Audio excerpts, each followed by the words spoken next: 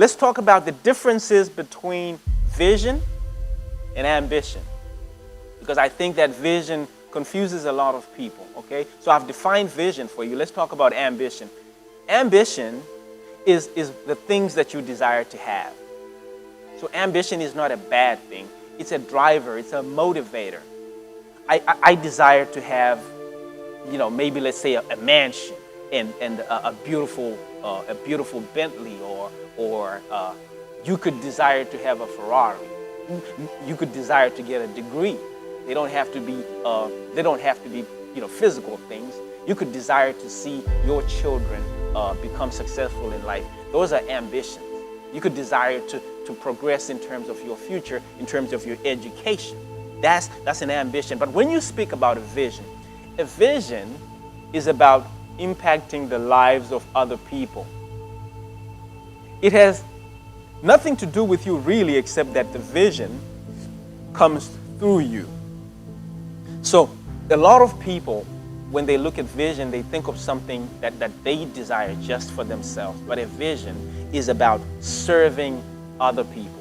And when you think about serving other people, you start to think, well, do I have the financial ability to serve other people? When it comes to vision, I want you to know that God is not checking your bank account. He's checking your faith when it comes to vision. He's checking the size of your faith. And so know the difference between having an ambition and having a vision. And know that both are okay to have. But it's pointless to have an ambition without a driving vision, because the vision is what encompasses all those things. Now, briefly here, we're going to look at, if you journey through life without a vision, if you start life without having an end in mind, you are like an aeroplane that has taken off without a destination.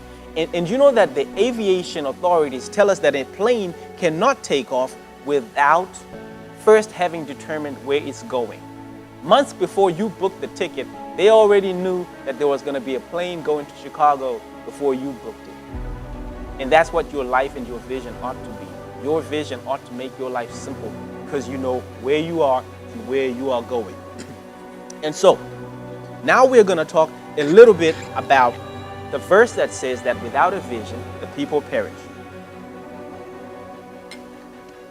And I want to expound to you what I believe that this means. It doesn't mean that the person dies. It means that a person just wanders aimlessly through life.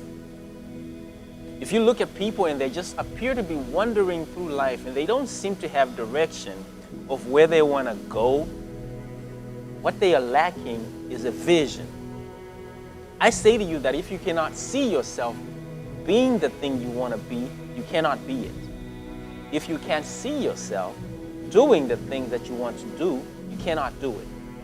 If you cannot see yourself having the thing that you want to have, you cannot have it.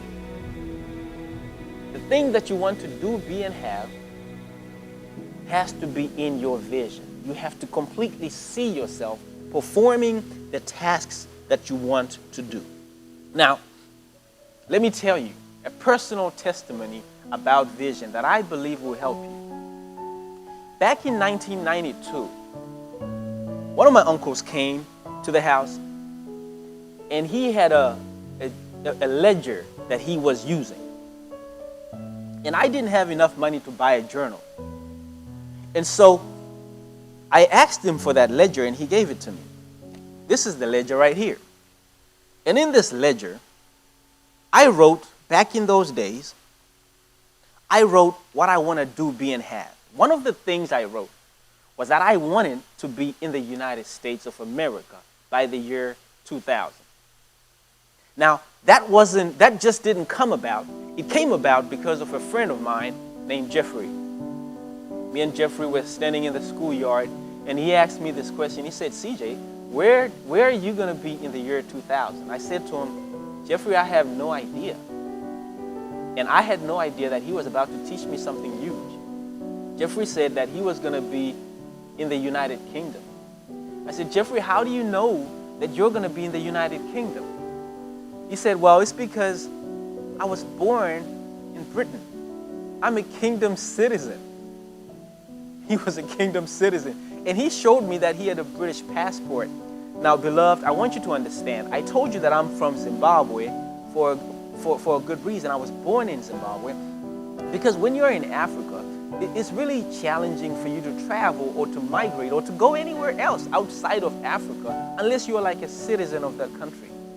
The costs, just the costs of going are very inhibiting to a lot of people. You literally have to sell everything you've got just to get a ticket to go somewhere like that. And so I was recognizing that Jeffrey had a vision about where he was going to be. And I decided in my very small way right then, I think I would have been maybe about 15. I decided that I would write down what I would do. And what I decided is that I would be in the United States of America. And I wrote that in this book. Now, I wrote several other things. I wrote what kind of cars I would have, what kind of home I would have. Those sound like what I talked about when I discussed ambition. But I wrote those things and I could see myself doing them. And when I look at my life right now, it is an exact reflection of what I was talking about and what I was writing down in 1992. I mean, that ought to fascinate somebody because it fascinates me every time I think about it. It encourages me to write down whatever it is that I desire. Because that's why I say to you in the beginning that this is not really, God is not asking you nicely. It's a commandment. Your future requires to know that you have a vision. It requires to know that you are serious about it as it's serious about you. Your future requires to know that you're serious enough to give it time to become clear about what it is that you're going to do. Now, here are a couple of points that could help you. A lot of people say, well, how do I get started? Okay? So here's how you get started. You get started by taking a pen and a pad and writing down the thing that you desire. That's number one.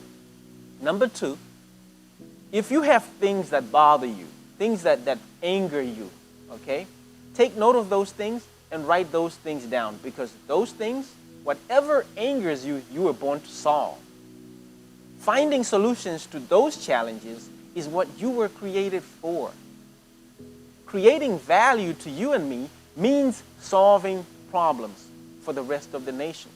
Your kingdom mandate, like I said, your kingdom vision has to do with solving issues, solving problems, impacting the lives of other people.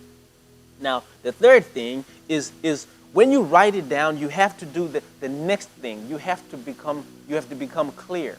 Now, becoming clear is not something that God does for you.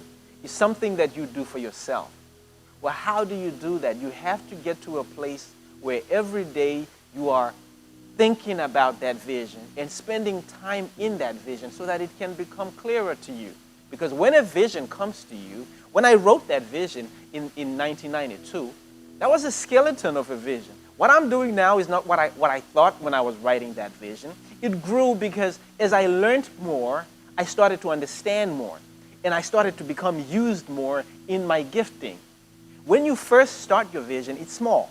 You might not fully understand what's all incorporated with it.